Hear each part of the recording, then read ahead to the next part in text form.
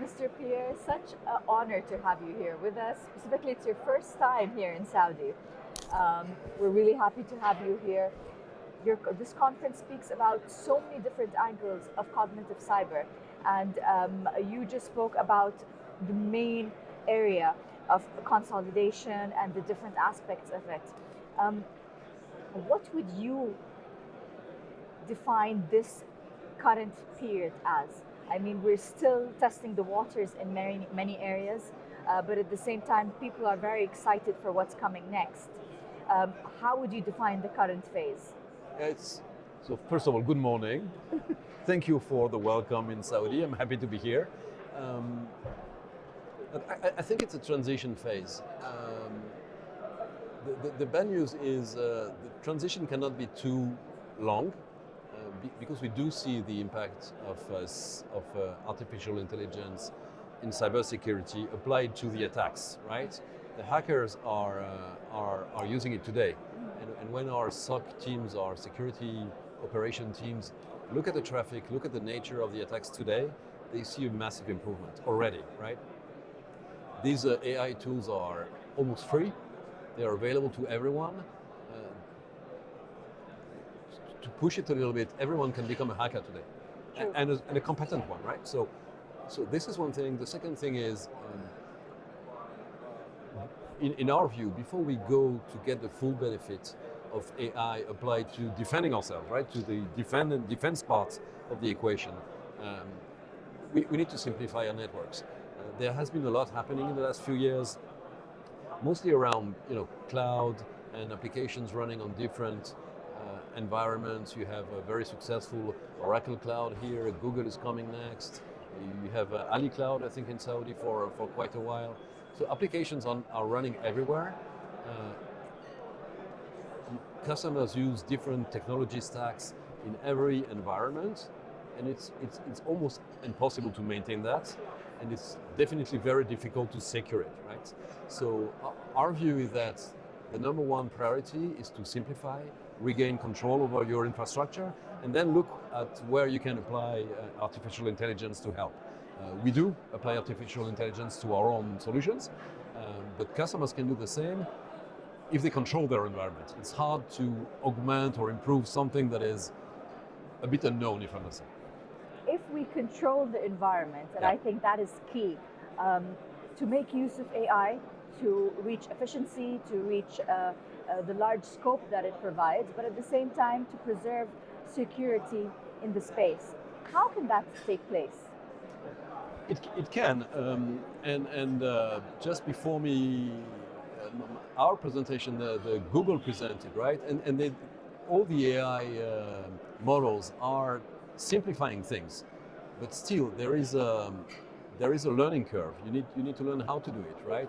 And it's something that you need to do on top of what you were doing before. And if you were already completely busy with what you were doing before, there is little chances that you will be able to grab the opportunity somehow. So yes, AI will have an impact regardless of security on the way applications are built, etc., which is probably a challenge by itself. It's good, right? Its applications will be better. As a user, we will benefit from it. But that will probably be some security challenges, but mostly, again, if we want, hackers don't have any problem. They don't need to control much, right? They just control their scripts, they decide where to go, and they really benefit from AI. If we want to do the same on the defense side, we need to regain control, and we need to allow the teams to train themselves, master the tools, apply them to an environment they control and they know. Last year we had this conference, and from last year to this year, the amount of changes that have taken place are remarkable. What do you think would happen, or what would you anticipate to happen in the next 12 months? It's funny. Let's say, what would you hope to happen? Yeah. The one sure thing is my prediction will be wrong, okay? Every prediction every year in the field of cybersecurity proves wrong because innovation is so quick that there is always something new that you didn't plan for. So look, but you're right. I do believe that AI will accelerate this, right? Again, the fact that to write code, you need 5 minutes now when it took maybe 2, 3, 4, 5 hours, and a lot more skills. will have a massive impact on the speed at which applications are being delivered, created, the speed at which they are being attacked. So I do believe that there will be an acceleration on the pace of our lives, right? In cybersecurity. With all this information that you are saying, it's rich, but it's also because you are experts. What about organizations of smaller sizes, where they need, just as you said, everything to be simplified? How is their access to the right information and to the right level of awareness? No, that's a very good question, and it has become very complicated indeed for a small business with, at best, I don't know, one or two IT person, no cybersecurity expert potentially, to cope with. So we and the rest of the industry have a large number of partners, companies that are specialized into these services who can help that kind of customers. Because you're right, there is no chance that a 10-person business will cope with the rhythm of the technology, right? So selecting the right partner who can help you with this is probably key.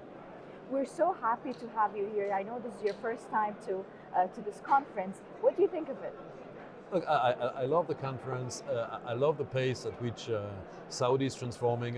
It's my first time here, but I've been following the country. You know, it's a big country for my business, and I've been very impressed by the speed of digitalization, etc. The investment that goes, the level of skills, and how people upskill quickly here. So I'm very impressed by the country overall. Very impressed by this conference. And it's not my last time here, okay? That's my promise. Hopefully. And we're very happy to welcome you. Thank you very much for the warm welcome. Thank you for your time, Mr. Pierre. Thank you. Thank you, bye-bye.